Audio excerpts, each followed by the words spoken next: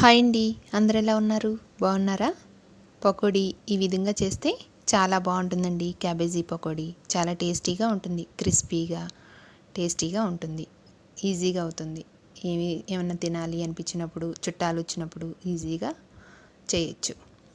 క్యాబేజీని శుభ్రంగా కడిగి సన్నగా తరిగి ఒక బౌల్లో వేసుకోవాలి. ఈ విధంగా బాగా సన్నగా ఉండాలండి. ఎంత సన్నగా తరగటం వస్తే అంత సన్నగా. ఒక ఉల్లిపాయ కూడా సన్నగా తరగాలి. ఈ విధంగా కట్ చేయాలండి. పచ్చిమిరపకాయలు కూడా, వెల్లిపాయలు సన్నగా తరగాలి. కొంచెం పసుపు, కొంచెం కారం, కొంచెం ఉప్పు,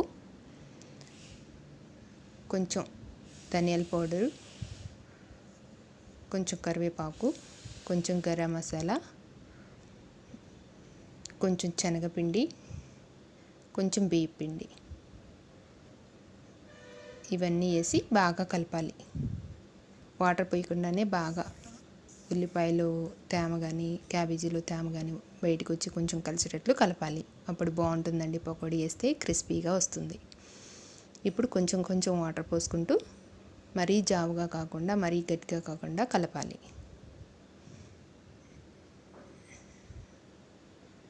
మధ్యాహ్నం టైంలో స్నాక్స్గా పిల్లలకు చేసి పెడితే చక్కగా తింటారు. ఈ విధంగా కలపాలండి. ఇప్పుడు గ్యాస్ వెలిగించి ప్యాన్ పెట్టి డీప్ ఫ్రైకి ఆయిల్ పోసుకోవాలి. ఆయిల్ హీట్ ఎక్కిందా లేదా అని కొంచెం వేసి చూడాలండి. ఆయిల్ హీట్ ఎక్కాక ఈ విధంగా వేయాలి.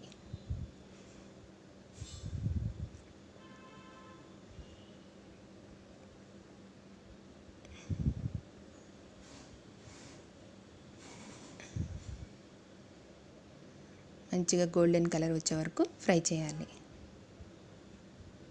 ఫ్రై అయ్యేయండి.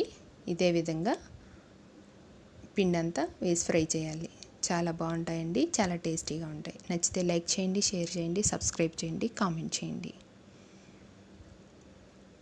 క్యాబేజీ పకోడీ రెడీ అయిందండి.